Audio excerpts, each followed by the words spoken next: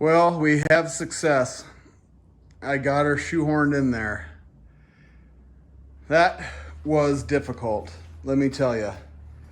It fought me every last bit. I got the engine or the transmission, the clutch and all that done yesterday. Nothing really to show there. Pretty straightforward, everything lined up good. I did have to take the top off of the transmission to get it in there. So hopefully I can get those forks lined up where they're supposed to go. But yeah, I wouldn't clear underneath there, and then the oil pan was hitting. So that was kind of a pain. But it fits about how I hoped it would. I did have to pull these bolts out of those holes because I couldn't get the bolt that goes up into the mount started with those in there. So I'll have to maybe re-drill these, or I might just weld these in. I don't know. Once I get the engine where I want it.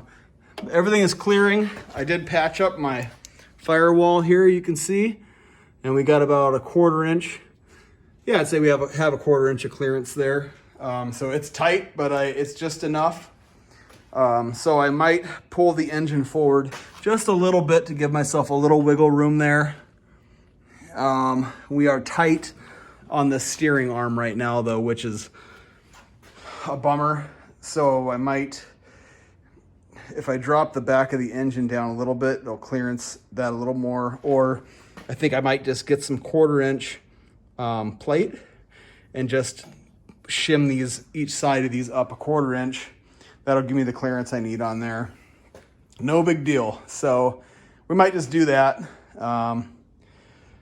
But that's a big one to check off the list. Like I said, this was a pain in the butt getting that all in there. But it's a big step in the process. I think now I need to get my valve covers cleaned up and get those bolted on. I need to get my starter put in. I need to get some starter bolts. I'll put that in, and then I'll put the exhaust manifolds on, which I don't know if these were in my last video or not, but I picked up some stainless shorty headers because my manifolds were hitting. So these are gonna go. I'll have to cut this oil thing here a little bit to get that to go in there, but these are gonna go in right here and they'll clear.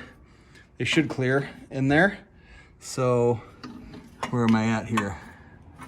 Yeah, right here. So they should clear. I might need to do a little massaging. Where are we at down here? Sorry, it's hard to run the camera and line this up at the same time. But yeah, they'll clear on there. And then where they dump in the back is about where I want it. So I'm happy with that. Yeah, so finally getting some warm weather now. So it's nice to have the garage door open, and here in Minnesota, the snow is melting like crazy. Be able to work in the garage and not freeze because it's not heated. You can see our ice we're chunking that up off the driveway. So yeah, hopefully we'll keep plugging away at this thing.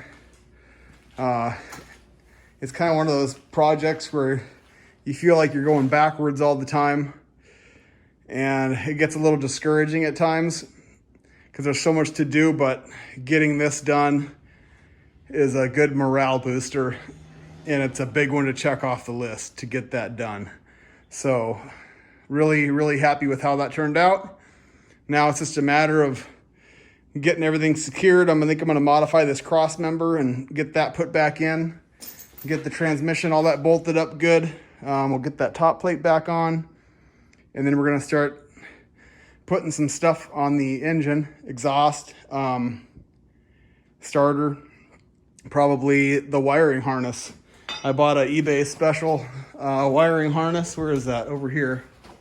Complete wiring harness with has the relays and stuff for the fuel pump and electric fans and all that. And it's got the extra long cord so that I can drill a hole through the firewall probably here and run the computer into the inside of the cab just to keep it a little cleaner under here. So yeah, we'll start getting that clip together and just try to make a list here, I think, today, and one thing at a time, and hopefully get this thing to start here in a couple months.